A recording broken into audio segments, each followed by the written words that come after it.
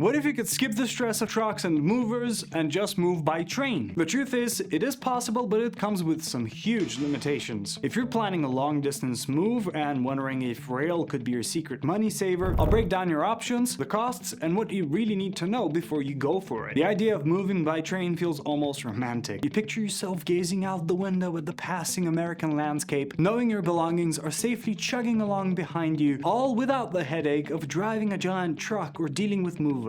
It seems like the perfect old-school solution to a modern-day problem. But before you start planning your grand rail adventure, we need to have a serious talk about what moving by train actually looks like in 2025, because it's probably not what you're imagining. Let's start with the reality of the train option. It's real, but it is extremely limited. For years, passenger rail systems like Amtrak had a service called express shipping, which was a pretty decent option for moving a good amount of stuff. But that all came to a halt in 2020, and the service was discontinued. So the dream of booking a private cargo car for your 3-bedroom house is unfortunately still just the dream. So no, you can't just toss your couch in the dining car and hope the conductor doesn't notice. Today, the cargo options are minimal, and there is absolutely no service for moving a full household via train. You can send boxes, personal luggage, and even your bicycle, but you absolutely cannot ship large items like couches, dressers, or bed frames. I know it doesn't seem like much, but here's the twist. What you can ship might surprise you, and I'll get into that in a second. This reality raises a fundamental question. Is this even considered moving, or is it just a clever way to ship a few extra things ahead of time? The answer is a little bit of both. So what can you actually ship on a train today? Let's get into the specifics. Generally, the rules are pretty strict. Most passenger rail services limit you to a maximum weight of 50 pounds per item, and there are tight size limits as well,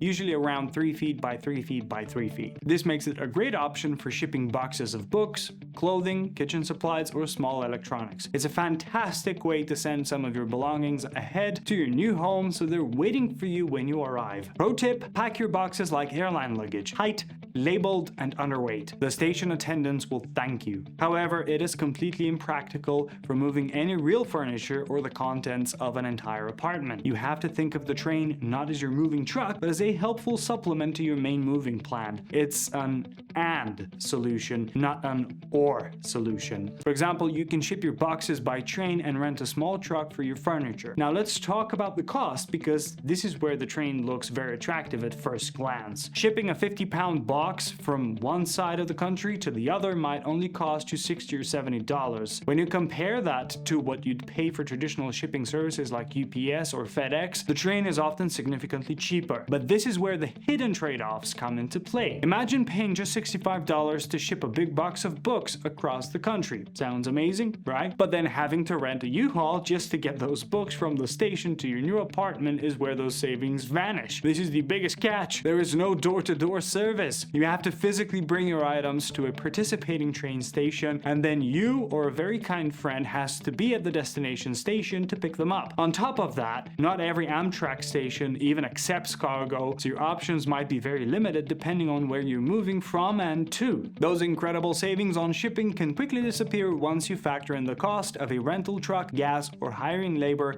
to help you get your stuff to and from the station. That's exactly why knowing your true moving costs up front is so important. If you're trying to get a real sense of your budget, don't guess, use moveBuddha's free moving cost calculator. You'll find the link right at the top of the description for an instant estimate without being asked for your email or personal info. Plus, it shares practical tips to help you save money. And once you've got your budget locked in, the next step is figuring out which moving option actually makes the most sense for you. Believe it or not, this is where moving by train can really shine, especially if you're a minimalist, a college student, or anyone who can fit life into just a few boxes. So when does moving by train actually work? It's perfect for someone who's shipping a handful of boxes long distance. If you only have about 10 to 15 boxes, this can be a huge money saver. It's also incredibly useful if you're planning on driving your own car or flying to your new home. You can ship your stuff ahead of time and have it waiting for you, which is far more convenient than trying to cram everything into your car. The train works best when you use it as part of a hybrid solution. For example, you can ship your belongings by train and then rent a small truck just for your furniture. For minimalists or college students moving into a dorm, this is probably one of the cheapest ways to move long distance, period. If you've got a house full of furniture, this whole plan falls apart. Let's talk about when taking the train just isn't worth it. As you can probably guess, moving by train definitely doesn't work for everyone. If you're a family or anyone with a large household full of heavy furniture, this is not a viable option. You simply can't ship the things you need to. It's also not a great choice for anyone who needs flexibility or a guaranteed timeline. Train cargo services can sometimes face delays, and you have to work around their schedule. And of course, if there's no station with cargo service near your old or new home, the whole plan is a non-starter. For many people, the stress of coordinating the drop-off and pickup and arranging for transportation to and from the station can easily outweigh the potential savings. So if trains aren't a full solution, how do smart movers actually use them? That's where the hybrid strategy comes in. The bigger picture here is that hybrid movers are the future of saving money. The smartest movers know that the best plan isn't about choosing just one method, it's about combining several methods